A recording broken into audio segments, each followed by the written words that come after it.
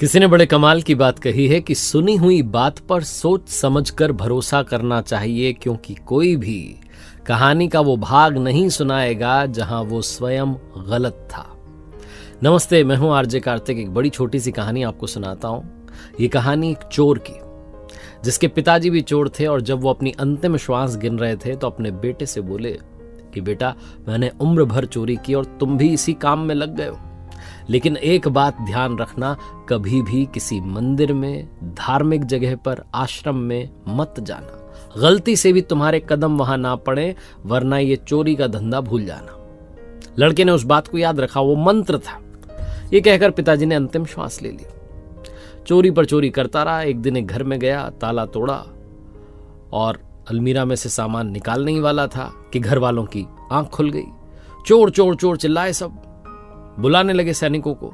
ये चोर भागने लगा, सैनिक आ गए, इसका पीछा कर रहे थे। दौड़ते भागते एक आश्रम में चला गया। पिताजी ने सिखाया था कि किसी भी धार्मिक जगह पर, मंदिर में, आश्रम में नहीं जाना। अब चला गया तो वहां अंदर सत्संग हो रहा था।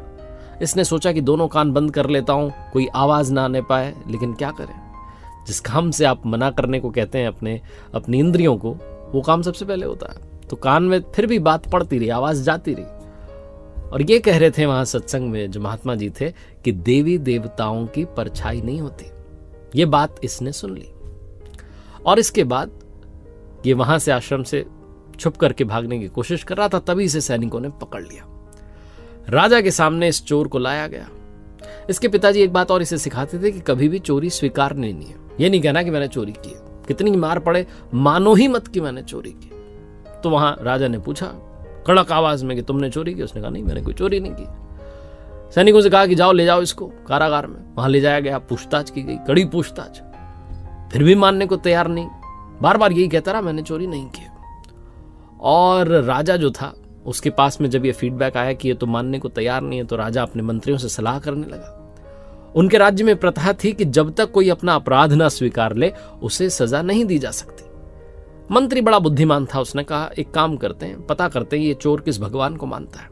पता चल जाएगा महाराज इसने चोरी की कि नहीं किया। तो पता किया गया तो पता चला कि चोर जो था वो देवी माँ की पूजा करता था। एक ठगनी को बुलाया गया और उनसे कहा गया कि आप देवी के रूप में तैयार हो जाइए। 2 नकली भुजाएं जो है उन्होंने लगा ली और मशाल जो है वो पकड़ ली हाथ में, और नकली शेर पर सवार होकर के तैयार हो गई, बिल्कुल देवी के रूप में। कुछ मंत्री थे, उन्होंने सेनापति को समझा दिया कि ऐसे ऐसे करना है।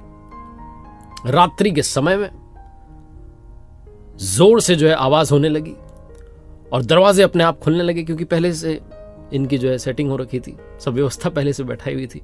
और वो नकली शेर पर सवार होकर के जो ठगनी थी, जो कि देवी के रूप में थी, वो आती चली गई। चोर की आंख खुल गई कि ये क्या, जिनकी मैं पूजा करता था साक्षात वो सामने आ गई।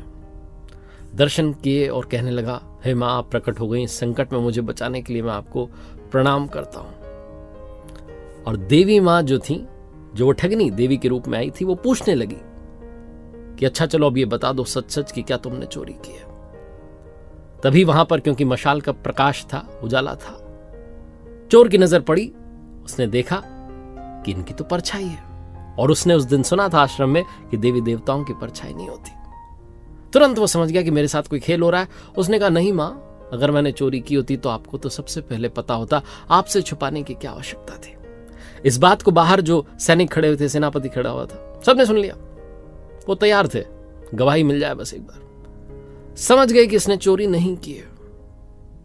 वो जो चोर था उसे राजा के दरबार में लाया गया और इज्जत के साथ वहां से बरी कर दिया गया। चोर जब वहां से दरबार से बाहर जा रहा था तो सोच रहा था कि सिर्फ मैंने एक लाइन सुनी थी सत्संग की कि देवी देवताओं की परछाई नहीं होती। अगर हर दिन सत्संग में जाने लग गया तो जीवन सुधर जाएगा।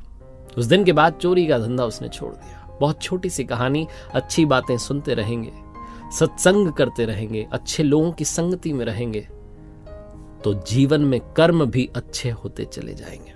एक बार फिर से वही बात जो अक्सर कहता हूं, कर दिखाओ कुछ ऐसा कि दुनिया करना चाहे आपके जैसा।